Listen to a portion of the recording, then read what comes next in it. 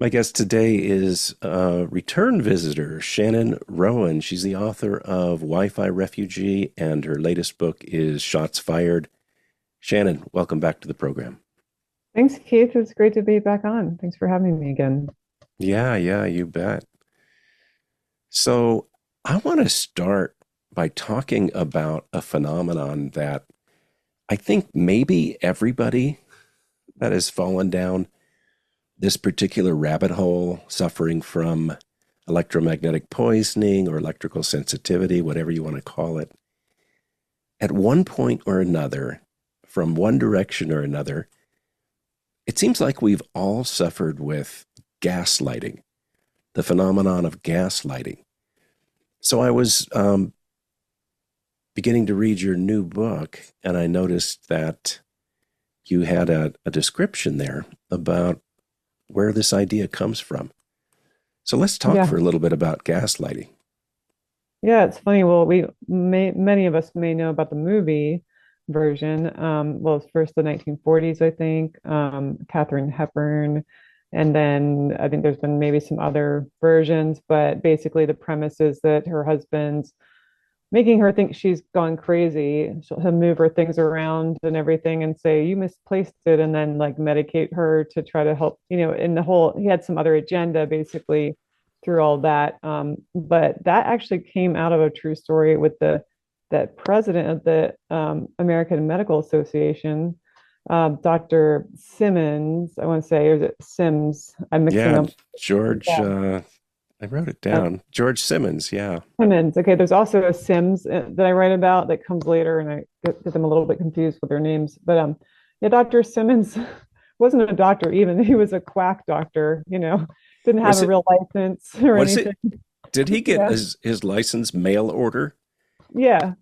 Yeah, he had My one of these like mail gosh. order licenses from some, I think, or maybe just made it. He said it was from Dublin something hospital or university, and then nobody like checked up on it. And like because he was actually an immigrant from England, but he had a shady background of like doing like like those kind of back alley abortions and things like that, Oh gosh. yeah, so not a nice character. He saw an opportunity with the AMA that wasn't like was kind of floundering to take charge of it, and there wasn't even like a position for president. He just kind of made it, came in there and took over and saw that he could make a lot of money with it and it could grow and they could have a monopoly and fight quacks, which is the funny part that happened. They finally got kicked out after like some decades of reigning and just creating a monster of the AMA because of this high profile court case involving his wife, whom he had been poisoning to try to get her to seem insane so he could have her committed so he could then like go off with his mistress and leave her. My gosh. So she That's just actually, horrible. I know, so she was a little smarter than he suspected, realized what was happening, and took him to court over it. And it was a very high profile case.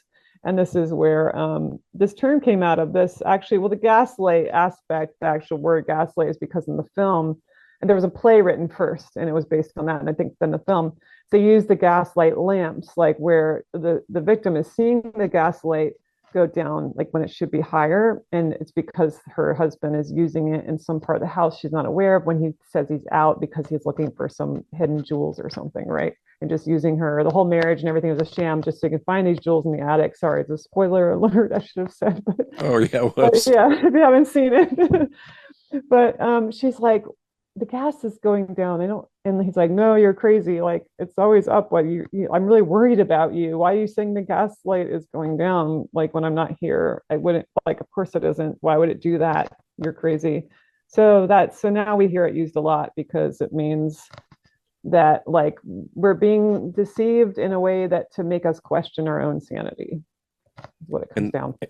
right, and that's the heart of everything I hear about. And sometimes it happens in a medical context where somebody will begin experiencing, whether it's fatigue or headaches or um, a number of different symptoms that can come from electromagnetic poisoning, and then they go to their healthcare provider, and which they should, and looking for help and they're made to feel crazy. I know I went through not one, not two, but more than 3 decades of that, really, and got a bunch of treatments that were absolutely useless in the end. Um, and I think a lot of people that I've talked to have suffered from a similar fate. I don't know. Do you have a story about Well, I like, gaslighting? And yeah, I mean, I like to tell people that when cigarettes were everywhere and everybody smoked everywhere, and I complained about it, I went to a doctor saying I think I have an allergy because I had such bad reactions. The doctors told me there's no such thing as an allergy to cigarette smoking. Doctors, this is in the 90s. And I was like, it was in my head. It was like it was a psychological issue. My cough, my, runny nose, my watery eyes, my, feeling oxygen deprivation and nausea was all in my head. And so I didn't, I mean, it hurt to hear that because I was a bit confused. Why was I the one complaining of this all the time? Everybody else seemed fine with it. I did occasionally meet other people got bothered by it, but it wasn't supposed to be harming us. So, I must be, something must be wrong with me. I did have one doctor look at me a little funny because when I told him my symptoms, it didn't really match what he considered to be like hypochondria, or like a fake allergy. And so he was like, he looked a little baffled.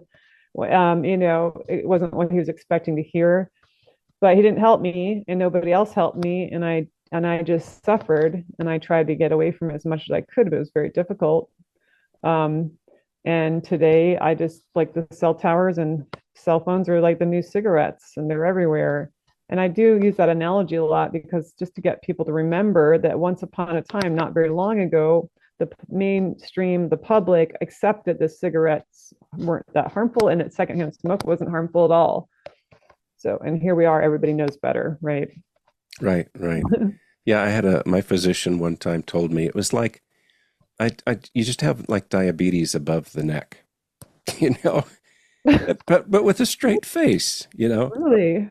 Yeah, and Sorry, that's like I know. trigger It's okay to soothing. laugh. We've both been through Yeah, this journey, and I don't know if they're not trained in this, and so their automatic reaction is just to think that the patient is crazy, or how exactly that works. But it is so ironic where this term came from and how many people see it in a medical context, and right. but not exclusively in a medical context. It's like we copy and imitate as well. I don't know if you've heard it from friends or loved ones that maybe thought this poisoning, this environmental toxin, it isn't anything to worry about, and you're just a little different anyway. Yeah, I mean, the form I've had of support has from loved ones, has often been, we believe that you believe this, and you know, so we're supporting you, but we don't really believe it, but we believe you believe it. So I'm here to help you, kind of. I don't know. It's a weird feeling and it's a weird thing to say or to get that like kind of feeling from somebody, especially to me, like what really speaks volumes is people not making changes to their own habits and their own exposures. Because if they really believed me, after all these years and everything I've told them and all the evidence I've tried to forward to them and the book I've written, then they would make some changes for themselves because they would be concerned about the exposures. They'd be concerned, especially for their children. And I just haven't seen that happen. I had somebody close to me eventually tell me, because I was sort of like wondering how much we had a little bit of a conflict of some sort, and I'm not gonna say who it was, but finally was just like, well, if it's not broke, his attitude was if it's not broke, then there's no point in fixing it. Like when he talked about Wi-Fi exposures for himself or his family, and I was like, that's what you think after all this time? I thought you were supportive of me. I thought you believed me, and you're saying it's not broke. Why fix it? Right? And Yeah, I'm like, it is broke. It's very broken. yeah, yeah, And fixing, but it's like they don't feel it directly or they don't think they do. And so when I say they don't think they do, it's because people do not have the opportunity anymore to get away from it and compare. how they feel somewhere away from it versus what they feel all the time, which is chronic malaise, chronic something, Right. chronic not feeling very good. Yeah, it's become normal, and there's no way for them to get out of the, we'll call it the burn. There's no way to get out of the burn to establish that contrast. So yeah. And the thing that bothers me the most is not that, I was treated this way, but what bothers me the most is that the clients that I'm working with, and I can see that people that are influencing their lives are following this same pattern of gaslighting. And I think a lot of them don't even recognize what they're doing. Yesterday, I was talking to a dear woman who was really suffering terribly, and a member of her, well, I don't want to say who. Anyway, someone who was close to her was telling her that basically she just needed to be grateful and go back into the home that God has provided her, and Mm. and and be comfortable that you're going to be safe there.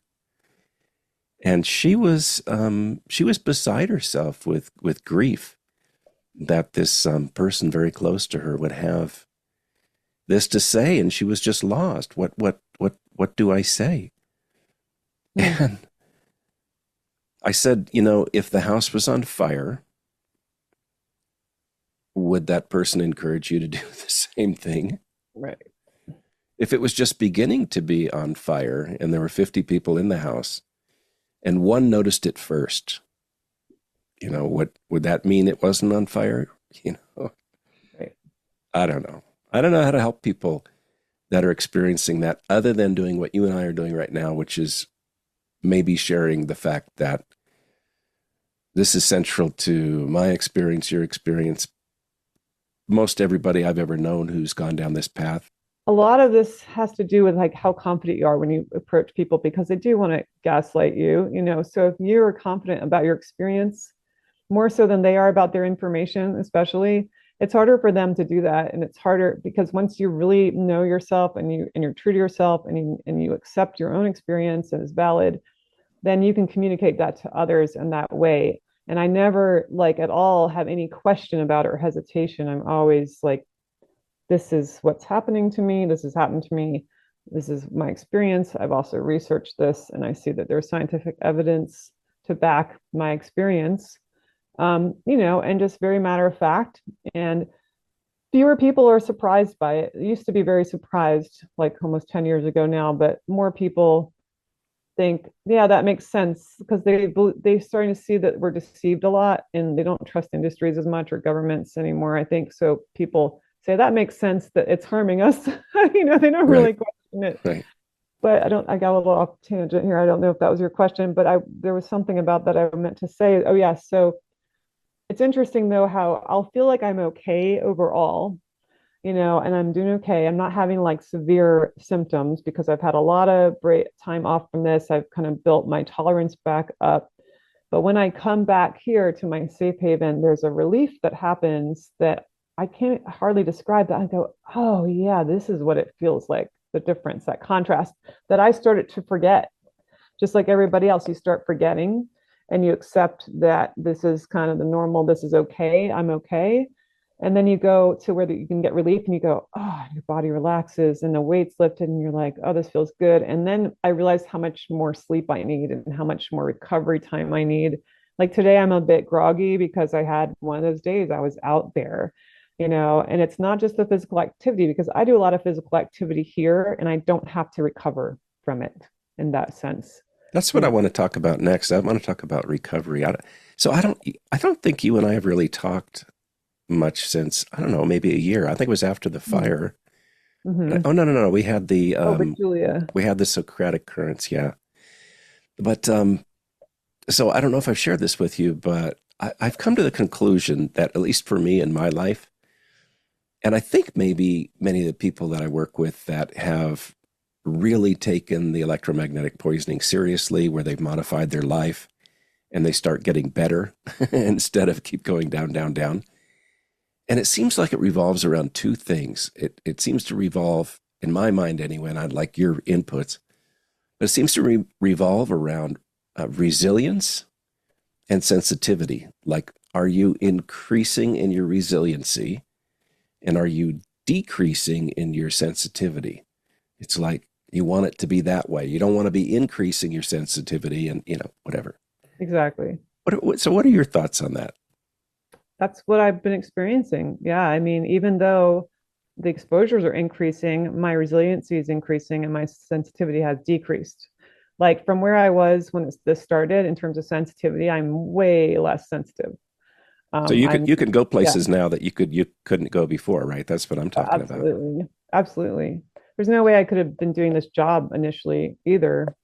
I was telling another guide yesterday about it. He didn't really know my history because I'd had to ask him to turn his phone on airplane mode. Then I kind of explained more. And he was like, wow. I'm like, yeah, I wouldn't have been able to do this job. I mean, and as it is, I can only do it like 3 days a week because I need the recovery time. And sometimes like 2 days is really better. And I want to, it's, maybe it'd be better not to do it all, but I do need the income. Plus, I want to be able to do things in the world too, Right, because you right. don't want to not have to always be like a recluse and a hermit. And so, yeah, it's like I want to be able to live a life that I want to live. So, it is a kind of thing where, and I told him this because I kind of let the phone thing slide for a little while, and then I really start to feel it because like my resistance was lowering as I was more fatigued later in the day, and I said, because I'm like I've ignored this in the past where I pushed my limits and I let myself get more exposure because I just didn't want to say anything. I didn't want to be weird. And then I paid Heaven for it. forbid we should be weird, right? I know, right? And people don't want to have to stand out and be the one to say something that's different, and. Well, now isn't that something? Let's go in a little bit different direction here. Have you seen this ash conformity experiment? It seems to be widely available everywhere now, but looks like it was going on back in the 70s and 80s about how Ash. much people have this desire to conform. But it's Mm. it's it's a very real ASHE, I think is the way that it's spelled. Maybe I'll see Mm. if I can find a link and put it in Mm. the description here. But yeah, I was just yesterday. I was someplace I can't even remember where it was, and I remembered thinking, "Wow, I could not tolerate being in this." I think it was a store. I could not tolerate being in this store at all for more than like 5 seconds. And I was in there shopping and just spending time and whatnot. I thought, huh. And I don't waste it. It's not like I'm going to go go in there and dally if I know it's a dangerous place. But it's like what you said. It's like this. We don't have to be hermits when you really take this bull by the horns, and you find a safe place, place that is without this kind of synthetic radiation exposure. You can deeply heal to the point where you can endure more and more. At least that's been my experience, and Yeah. you're validating that as well. So that's Right. very interesting. Yeah, Do you but we do want to have to conform. I mean, we do generally want to be able to conform and not be. Yeah, I mean, because we don't want to be ridiculed. I mean, who likes to be ridiculed? Who wants to have that attention on them? Sorry, are what were you saying? are you changing in your ability to be different? Like when you were younger, did you find it more difficult to express a minority opinion? You know what I mean? Like not go with Yeah. the crowd on something. Is it getting easier for you or more difficult or the same? Well, that's a funny one because I think I've always been a bit weird. Not meaning to be, but somehow it just always turned out that way. So I think I'm used to it in a sense. Not that I've always liked it. I think I've tried to go with the crowd and everything, but somehow something about me was always different. And that got picked up on by their kids, and kind of, I got a lot of like bullying and teasing and, my early years at school, which made me really empathetic, though. I think it was good for me. I mean, there's a lot of, I don't like to get too much in this victim mode. I think that's happens a lot now, like too much focusing on being a victim. I mean, I don't pity myself. I don't pity myself that I had a hard childhood at school with kids doing that because it made me who I am and it made me a really empathetic person. I was able to have a lot of different friends. It was good for me that I didn't end up in the cool kids crowd or something, because it's a whole different thing that happens to you if you are so-called popular and you have to conform to that. that group and that popularity. Or even if you're in a different group, you have to conform to that one, that clique. And so I never really had the chance to do that. And even if there were times where I tried, of course, like early teens, you really want to fit in, and that's when you probably try the most.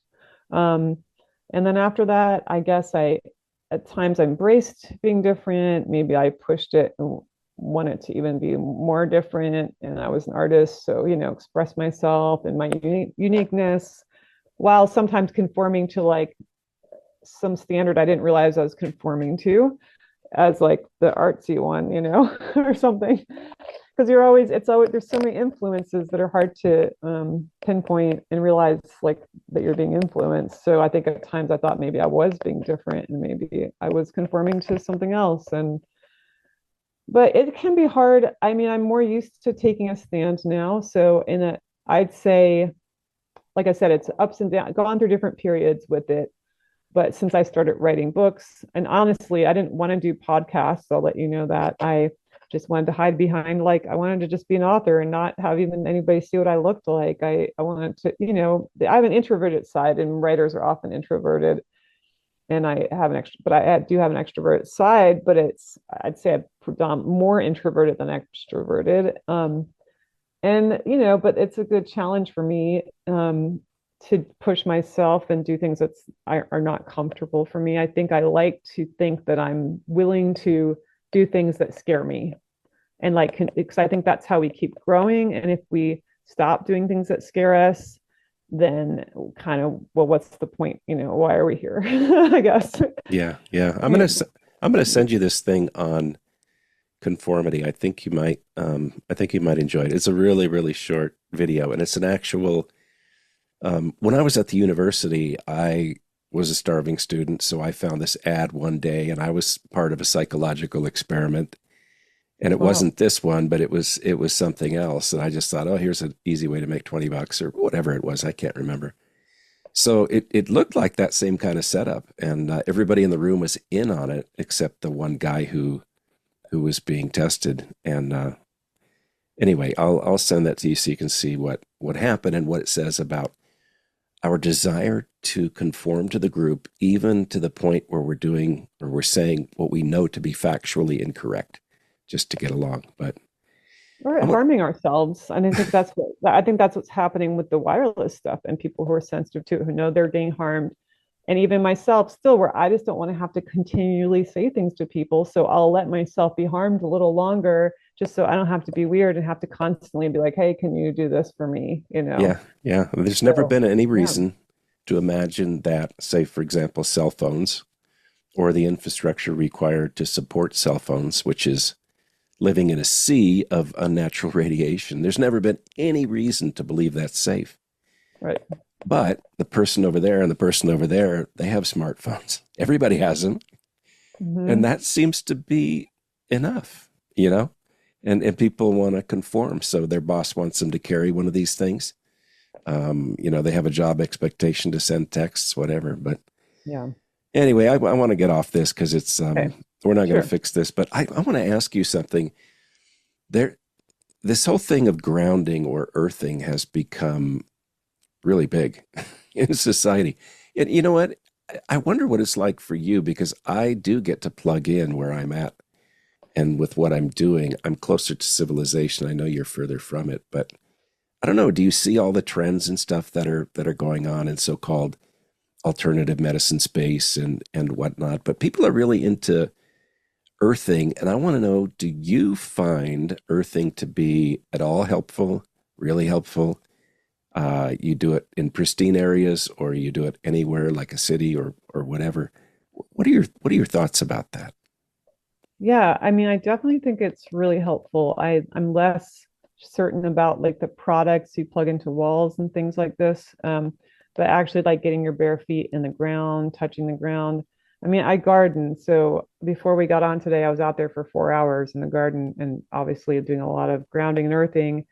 And this to me, and when I'm in town too, I'm fortunate that our town means the beach everywhere. So I go to the beach, walk around the beach. So if I've just been in a lot of shops and things, I can go get some relief at the beach. I mean, I surf, so I get in the waves, I'm in the water, with salt water. And I definitely, I mean, early on with all this in this journey, I really relied on grounding. When I was still stuck in the city, and I had a little park near me, which weirdly had like a slight dead zone in there, they call it, which is where ironically, the most life exists in these so-called dead zones. That didn't, Right. yeah, I know, very backwards. Like, why is it called that? To me, it's the life zone. There was a life zone.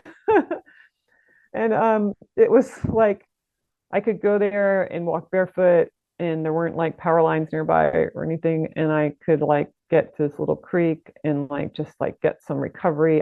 Wow. So I think there's definitely something to it, but I think I'm not so sure about the products that start involving artificial things or metals or just one metal or something, or, plugging into an outlet. Or, I mean, I don't know. Some people say they help. I don't want to just say, make a blanket statement about them. I'm just saying my experience hasn't really shown that it's helping me.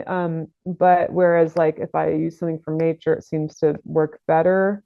So, but again, like, I mean, when I was really suffering, I know you're not really supposed to ground like in places where there's power lines and things. But when I had to, drive across the country, the only way I could really handle it was stopping anywhere we could, and like every couple hours and lying down on the ground somewhere. And it didn't really matter where, and that just helped me get through. And I just heard from an an in-law that was having weird pains in her feet, that she noticed they were going away when she just walked barefoot in her garden. So they're interested in grounding now, and like finding like other ways to do it. But yeah, I mean, well, so the short question, I mean, short answer is that I think it helps. Well, But yeah. I'm gonna throw a few things out there Okay. for the conversation on grounding and earthing. And I don't want to come across as thinking I know everything about earthing. Who does? But I know if I take an oscilloscope and I take two probes and I stick them in the ground, I can see I can see the electrical energies in the earth. And we did this really weird thing. I often wonder if we did it on purpose, but we did this really weird thing in North America where the I know you're gonna electrical say. power, Yeah. yeah, okay, power doesn't go from here where the point of generation to where it's used and it burns up. Power makes a round trip. So it goes out there and it does work and it actually comes back either to the point of generation or like a substation, the point of distribution. Every electron that goes out comes back. The thing is, in North America, like they've allowed, but because of the flawed, I would say, system design, the up to 70% of the current comes back through the earth, which is insane. I mean, you would have to make the assumption that returning alternating current electricity totally foreign to life itself through the earth is just without, no problem there. So that's the biggest thing that sparks the debate. So given that, and if you have 1 foot here and 1 foot here, and the electricity is flowing in this direction, then you're going to have a voltage potential. It may be a very small voltage potential, but between those 2 points, which means you could have a current flowing through the body. So current flowing through the body is a really interesting thing because it makes non-ionizing radiation like ionizing radiation because it can Mm, displace electrons. mm, And then you add to that the whole thing of there's what's called dirty electricity or non 60 hertz wavelengths that are part of all that mess that's traveling through the earth, right. and they seem to be really really problematic. I had the opportunity to interview Dave Stetzer recently, and that Oh, guy's oh he's yeah. brilliant. He's been over to Russia and Hmm. gotten a look at their research, and he's spent an entire lifetime in the area. Well, in Yeah. electricity and electronics, and he just knows so much about this. He doesn't call it dirty electricity, but Hmm. Really? anyway, that he would say that the most harmful part of the spectrum is not necessarily the RF that you and I mean, he's not saying Mm-hmm. it's good for you, Mm-hmm. but he says the lower frequency stuff that can be on the power lines is much more damaging. And so that's going through the earth as well. So I look at all of this, and yet I know also, and I don't want to go on, but I Mm-hmm. know also I have a friend that he was so bad off with electromagnetic poisoning. Even before I met him, his friends knew to bury him. I don't Mm. know if they took a Wow. backhoe and buried him. I don't know if they did it by hand. Wow. This was winter time, Mm. so the ground was frozen. They must have had a backhoe, but his friends buried him, um, and he Wow. recovered himself dramatically, Mm. and he was good for another 8 hours, or Right. Wow. however long he was able. He's decompensating. He's not yet on the path to Yeah. improving his health, but it was a short term deal that made him better. So and so that would argue against this thought that because we're returning current through the earth and we also have these other frequencies that earthing cannot be productive. And I mean, even if that were the case, who would want to take that away from Yeah. people who Right. are you know what I'm saying? Like, Well, and this is the thing. I mean, I'm aware of that too, and that's why I think it's better. It's important to know where you're grounding. Obviously, we could argue, well, it's all just a mess because could travel really far. But I think there's a difference between like grounding, standing under power lines, or even anywhere within a couple miles of them, than not. So, and I would say, it's interesting too, because I want to just say that one of the times I felt the best in my entire life was in New Zealand when I walked barefoot for 2 weeks. I just went barefoot everywhere because I learned, and it was summertime there, and I learned that they have a law prohibiting anybody from saying you can't be barefoot because the Maori people, that's part of their culture, right? hmm, And it's very clean everywhere, even in town. So, and I saw other people going barefoot, and I was like, I'm going to go barefoot. And I never heard about grounding. This was in 2016, 2006. I never heard about grounding. I didn't know about electrosensitivity. I knew I had like these chronic complaints that were like mysterious and the doctors couldn't figure out. And I felt so good there. It was amazing. I felt so good. I don't feel like good now. I felt that good that I can't describe it anymore. I mean, I know it was different from anything I've ever felt since or before. And they probably weren't returning the current through the ground. I They think also, that's just a North America thing. Yeah, I think yeah, probably it's only it's here. Right. safer every place else. Yeah. Yeah. And they hadn't really started the wireless infrastructure yet. Mm. They were kind of late with it, and they hadn't really. I think it's kind of overwhelming now with it there, but it wasn't really like that big of a thing yet. It's, well, small population, a lot of out. I was in the South Island, just so much. I was in nature the whole time, away from, mostly not in towns, camping, kayaking, and everything. And everything felt better, and I had no pains, I had no complaints. Um, and I know people even who are also electrosensitive, they say and people who are not, who feel better in other countries than they do here. They can't really say, they just know they feel better and they don't know what it is, but it could just be that ground current. And I think we may all be suffering some kind of fatigue from it or whatever. And it also could be a kind of thing, the grounding in a way might be something where we feel better initially, because how like electric therapies, like using electricity can do certain therapeutic things, but is it Hmm. good for the long term? Like, I mean, you probably read of the Body Electric, Robert Yeah. Becker, who he's demonstrated that it can aid healing, like little very small currents.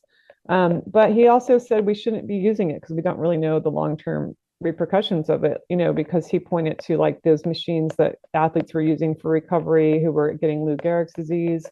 So, not everything, like, just think about the using radiation in cancer therapies or something, right? Yeah, Radiation I would be really seems to careful help with it you. Yeah. personally, for sure, Well, because right.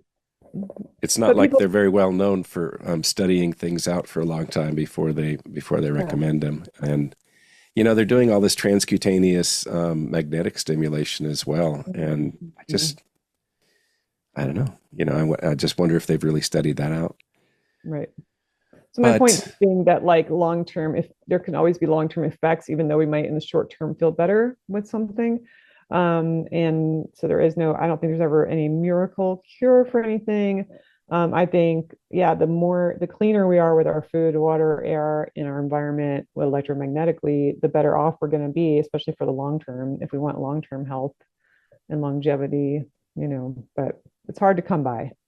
yeah, That's so good health and yeah, long life is probably much more associated with what we take away as right. opposed to what we're adding, to getting back to, you could say ancestral levels of exposure to, how about if we say everything, right? Hmm. Chemicals, um, what Right. we're breathing in the air, and um, the whole electromagnetic realm. I think it goes for probably all those things. So it is worth noting, but then we'll move on quickly because it's depressing. Will next generation and the generation following us ever be able to have the contrast that we can? Mm. You ran and I built, Hmm. and we're both in what you would call pristine places, but for how long? And so that's probably a good transition into what I Mm. wanted to talk about next, which is you and I have front row seats to the replacement of the natural electromagnetic environment in the world with a synthetic version. Um, Whereas the natural is health and life giving, the synthetic seems to be, oh, I don't know, Shannon, completely harmful to to all life. So I'd love for you to talk about the oceans and the forest as the next, target in this replacement, and Yeah. how it's going in terms of, you and I took two different strategies. I found a pretty good place and then built a home and shielded the rest. And I find I'm able to recover and build resilience and decrease sensitivity by making sure I sleep in a place that is safe. And you've had an incredible journey. And by the way, mid podcast advertisement here. If anybody has not read Wi-Fi Refugee, you really need to understand how difficult it is to find a place that is pristine. But okay, that's setting the table. I'm gonna give it over to you if you want to talk about this. Yeah. Well, so when we, like you said, when we last spoke, just you and I, I had just survived these devastating fires out here, so I found this pristine wilderness, like one of the last, honestly, pockets of pristine wilderness, I think, in the country. And hadn't had fire, hadn't been logged in 60 years, hadn't had fire in 100 years, lush, beautiful, green, dense, and a rainforest actually. It's a temperate rainforest, but we still have dry, hot summers, a lot of rain in the winter. And also, apparently, what seemed like a lot of rain to us wasn't really a lot of rain in terms of like what should be. So it's been in a drought cycle. Even though like 60 inches to 100 inches of rain apparently is still a drought here. So yeah, so we were like, great, oh, finally, we went through a lot of things out here just to settle in, and there's a cell tower on the mountain here actually, but we're down low, and so we can't even get away from that. But there's no power lines, there's no neighbors, there's no smart grid, lots of other things that have been great. Um, and doing a lot of recovery and feeling good here. And then we had these fires, and 100,000 acres burned, some of it, a lot of it high severity burn, a lot of the highest severity burn really close to us. So we have this forest road we drive, and a lot of that burned like high, burn. I didn't know that, and we were just fortunate that our place, and I really think that people's prayers helped with this, because even the fire, I didn't tell you this, but we had this post fire meeting in the fall with some of the firefighters and people who had tried to help us before. Like we did some work on securing our property for fires, with like just kind of targeted fuel reduction kind of spinning and things. And fire breaks and that. And but even still, it burned through the property, but it didn't touch our house, didn't touch our gardens or orchard, all these things important to us. And this the fire chief or whatever who saw it, he actually said he was shocked that it was all there in green. He just couldn't believe it. So it was a miracle. He doesn't even understand how that happened. So I just want to say it was definitely a miracle, and everybody helped with that and helped that happen. Um, I remember you told me yeah, after the fire, I was so worried that because you did work so far hard to find the sanctuary where you guys are at, I was so worried you're going to get back there and it was going to be mm, ashes and yeah. ruins. And then I'm thinking, how What then? What? where are you going to Yeah. go? Well, that was our question, and we didn't know. Yeah, and it's And it was like Eden. I mean, it was beautiful yeah, when you got back to your little spot, wasn't yeah, it? and it was just all a little oasis and all the burn. Having seen it burn was bad enough, and having to see burned trees was bad enough, but this is far worse. Seeing the clear cutting is something completely different. It feels very different to me. It feels like an attack and a war, and it looks like a war zone, and it feels like that. And so these machines they have are like, I had no idea how big these machines they have are. They have machines, terrifyingly large cats, that can crawl up and down the landscape with these big arms that grab, has a saw in them and saws and pulls the trees off of the hillside. They just rip the forest down. Like it can make, you can't believe how much they can just rip down in like a few hours. I mean, it's just terrifying. So So you we've got been living with that. Yeah. Sorry. Yeah, no, so you've got that uncertainty, which it's one thing if you're just, oh, well, we'll just go find another place to live. Like Right. there's 100 million other places you can live in Right. America, which, isn't the case. So you've got that uncertainty, but as well, there are plans in place to electrify the forest land, with The mesh. connectivity, right? Yeah, they're calling it the wireless mesh, and they want to have it like sensors on everything everywhere. It's part of the Internet of Things.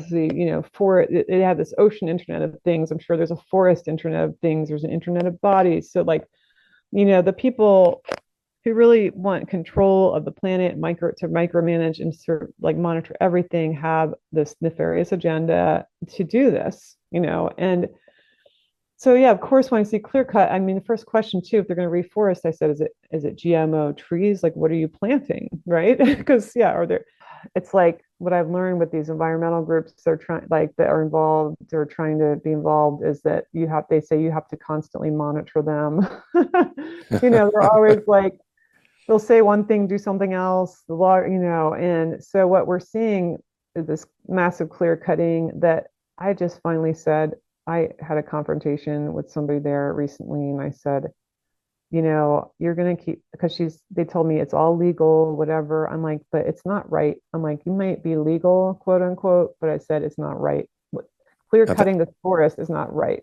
now that And sounds exactly like the wireless expansion. yeah, They have the legal authority, and something you just said a minute ago, you have to monitor them. Isn't what is it in Latin? You are very literate. Who will monitor the monitors, right? right. Yeah. Amazing anyway. And then I'm seeing green tip trees that are alive still being clear cut, and all the fires, the amped up fires everywhere lead to this logging, massive logging. And you know where the timber goes, where I found out it goes? It's sold to China. It's sold to China. Of course. It's like we don't even get this. Oh my gosh. I mean, yeah, frustrating, heartbreaking, frustrating. But I'll tell you, I wanted to share a quick story about. I also had a confrontation with a sawyer. So Sawyer, is a logger who has a chainsaw. He's on the ground with it. At me, he said, "It's people like you." He said, "Are you from here? Are you from here?" He's from this area. I'm not, and so I'm like, I've been here several years. I said, but that doesn't qualify me, I guess, for being a local. And he basically went off and said, "It's people like you, it's people like me. That's the reason why we had such bad fires. It's people like me that we had. I'm the reason, because when it used to all be logged, we didn't have the fires. And logging I'm like, well, yeah, if you don't have a forest, you don't have to risk it burning if you're logging everywhere. But it was really upsetting because what it triggered in me is this feeling of not belonging anywhere and not being able to belong anywhere. And here I am, somebody who cares about where I live, and I'm the one living out here. They're not living out here, and he doesn't understand any of this, where I'm coming from. And he wants me to leave because I'm not from here. And I got that from somebody else on the operating crew because we were waking up at 3 a.m. from this water truck coming by our house. And I was like, and 5 o'clock was bad enough, but I was like, 5 o'clock's okay. I don't want 3 o'clock. And I went to talk to him. And he's like, immediate question, are you from here? I'm I've been in these mountains this many years. You're an outsider. Like, you don't understand. Like, you're the problem. And so where am I supposed to go that I'm not an outsider? I mean, this that feeling, it's like it's hard enough that we had to move thousands of miles away. We come out somewhere we think we can get relief, from this assault, from the EMF assault. And then you've got antagonistic neighbors threatening you, making you feel unsafe, making you feel uncomfortable, making you feel like you don't belong, and you're constantly uprooted.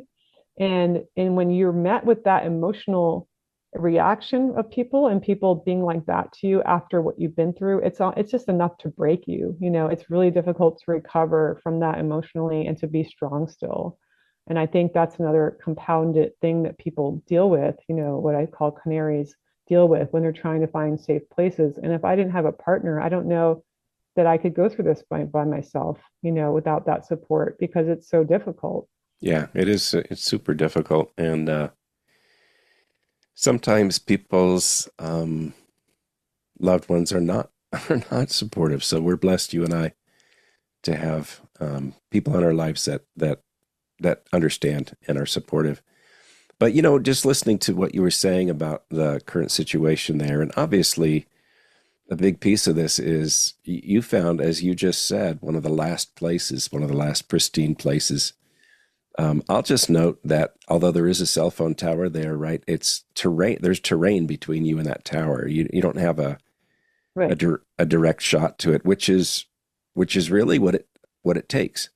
Mm-hmm. And then the applicability of everything you just said about this dynamic of these people against these people, whether it's locals versus non-locals, is whether it's loggers versus non-loggers, or whether it's electrically sensitive people and non-electrically sensitive people.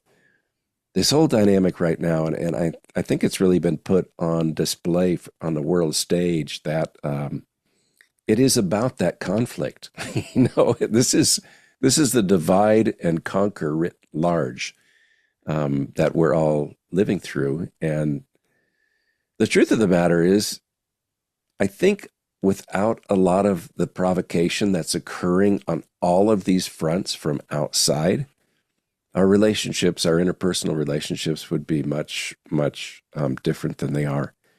In the electromagnetic realm, you've got people who want better service. And Mm. Mm. like the last 6 months, I've been on this tear, which is Oh. you don't want to live in a service zone, which is revolutionary, right? People think cellular service is a good thing, Mm-hmm. and they have this idea that they're not safe Mm-hmm. if they don't have cell service. Mm-hmm.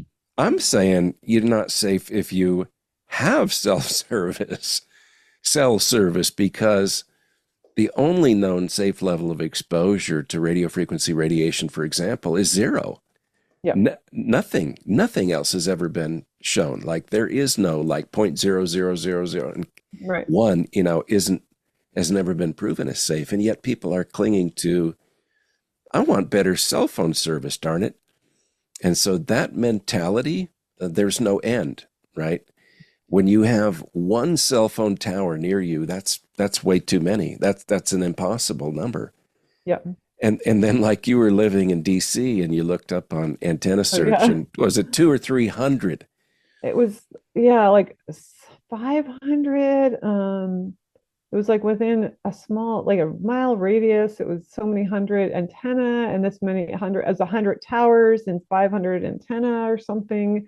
And I thought, that is insane. I can't believe how many towers I'm living amongst. And I hadn't even really noticed them before. Most people didn't know. Yeah. Most people at the time, that's about 10 years ago or a little less, I think most people didn't even know what a cell tower looked like, even though they're everywhere. They weren't looking at them. They weren't thinking about what they were. They just hadn't registered them in their consciousness Yeah. because most focus had turned to the phone screen downward, looking Right. upward, Right. and they just didn't see around. They didn't see their surroundings anymore. And Yeah. in the And city, yeah, in the what, city too, when you see like these kind of tower things, you're just like, it's city stuff. I don't know, yeah, exactly right. This is the infrastructure we live in. Yeah, What do you mean? right. Is anything wrong with it? And you know what? If it's 200, if it's three, if it's 500 within Yeah, what, 2 or 3 yeah, miles, yeah. what is the difference between that and 5,000? Right? Right, right. Like forever, now that we have one, too many, 300, 500, it'll just be, oh, well, they have more than that in Baltimore, or, oh, you should be in, you know, Yeah, you should be in San Francisco or whatever. So it's right. just a crazy, unlimited, there is no cap on this thing. So, Yeah. um, what, you know, I don't think we have a solution for this other than encouraging people that to decide, is this a issue that's worth solving for you or not? And if not, if you just enjoy listening to podcasts or watching YouTube videos, that's fine. But if you've decided that, oh, maybe I don't want to expose my child, my newborn to this kind of radiation. I guess nobody in history has ever been exposed to this kind of stuff. And or if you're like, Shannon and I, who it was made pretty clear to us we had to get away. I mean, we were arguably dying from this, and you and I were able to establish a contrast between better without than with, Yeah.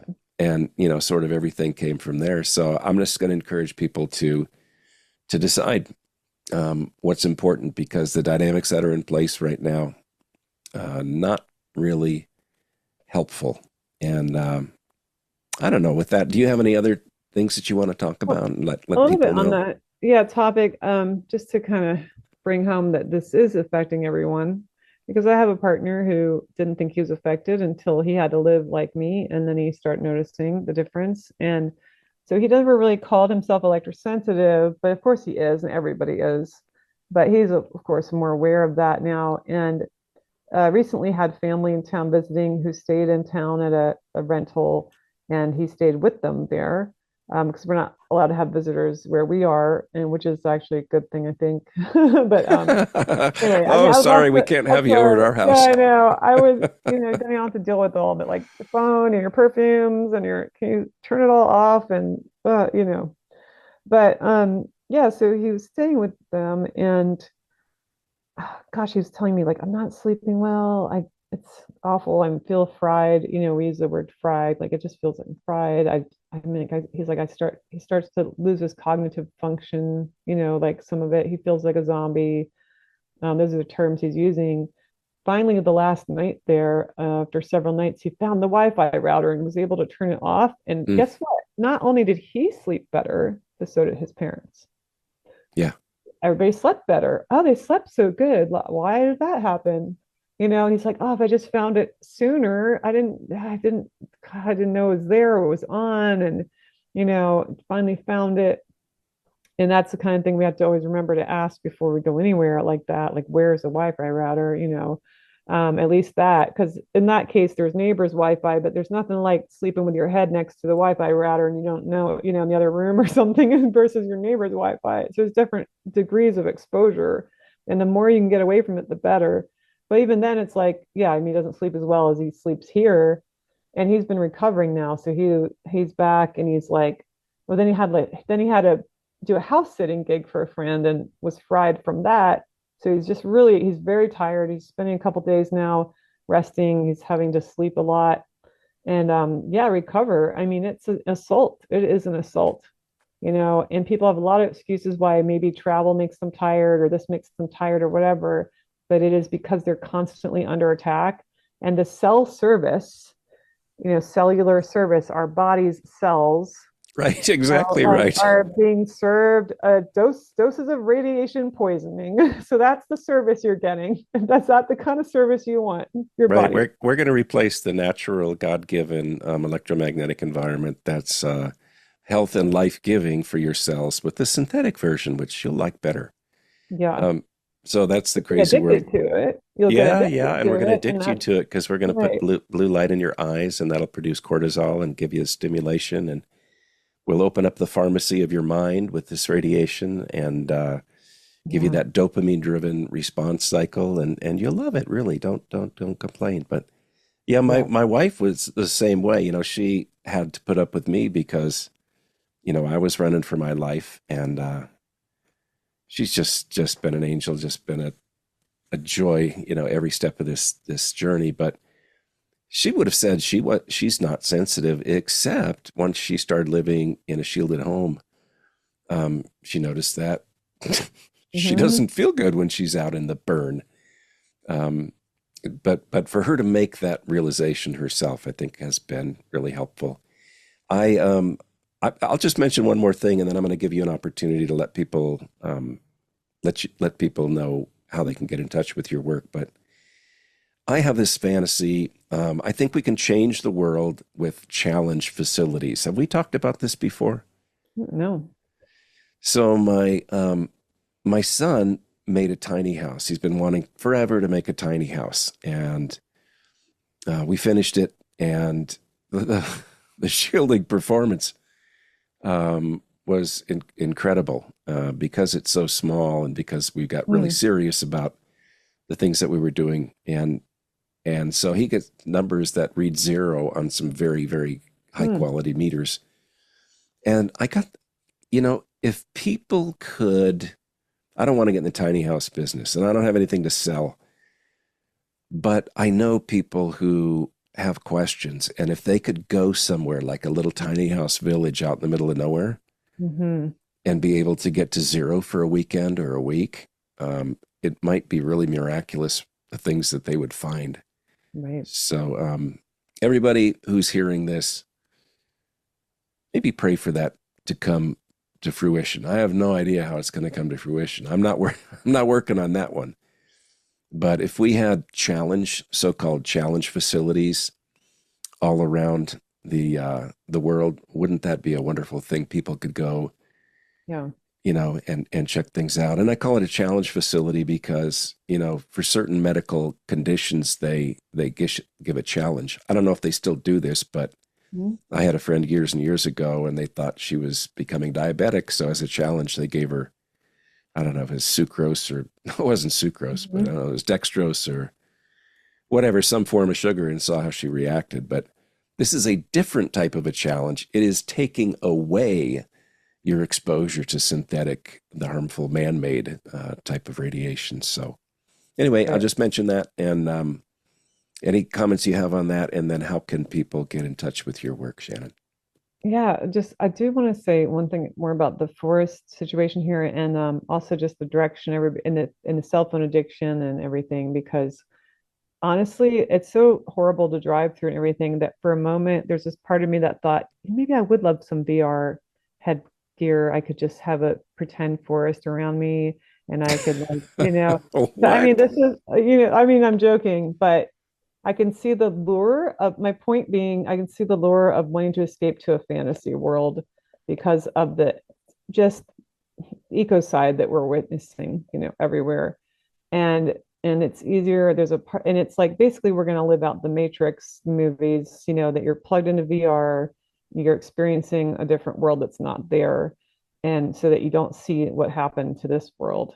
I mean, but you're also a battery for that same system, and you're being your energy is being consumed by parasites, but but you get to pretend you live in a beautiful world and nothing's wrong. But I mean, they put VR. Do you know about the VR headgear put on cows for to make their milk production better, factory farm cows, so they can looks like they can see themselves in a pasture. the green Oh my pasture. gosh, you This got is to be real. kidding I'm me. not Oh. joking. You know It's what? real. I work every week a little bit on it, raw milk dairy. Oh, right. Oh, that's right. I do remember that now. Yeah. Now I can never go back without imagining Thinking, these cows don't need VR. They're yeah, actually out on grass pastures. But right. But just I mean, that's it's just there's no words for that. I can't. no, no, that's just beyond the pale. That Yeah, really it is. really is. But this is what Hmm. I mean. It's like there's a temptation always to escape this pain of having to face these dark forces, these things happening. And I think I'd like to encourage people to stand up and face them and not try to escape. Through whatever, through media, through any form of escapism that you have. But to actually try to make a difference so that maybe we could actually create a real beautiful world that we can all live in harmony in our own Eden where we don't have these assaults. And I think if enough of us started standing up, we could. So yeah, but my work is a Wi-Fi refugee.com. So Wi-Fi refugee with a hyphen in between. And you can find podcasts and blog posts and books. And I am working on a book about tech addiction that Oh, I I like haven't that. yeah, I haven't been working on it for a few months because of the forest fight. But I really need to get back to it. I was like two-thirds of the way through. And I have it, I mean, I have everything I need there. I have the research, everything I want. I just haven't finished reading some of it and getting my thoughts together. But yeah, it's called The Red Shoes, Our Devil's Dance with Technology and How to Stop It. So the story of the red shoes is a fable. Hans Christian Andersen told it. I think some others, but basically like dancing out of control as the theme, and addiction involved with that. So yeah. And that is so great that you're doing that. When can I read your book? Oh gosh, I wish I knew. I wish See, it this was I'm helping soon, you but I because know.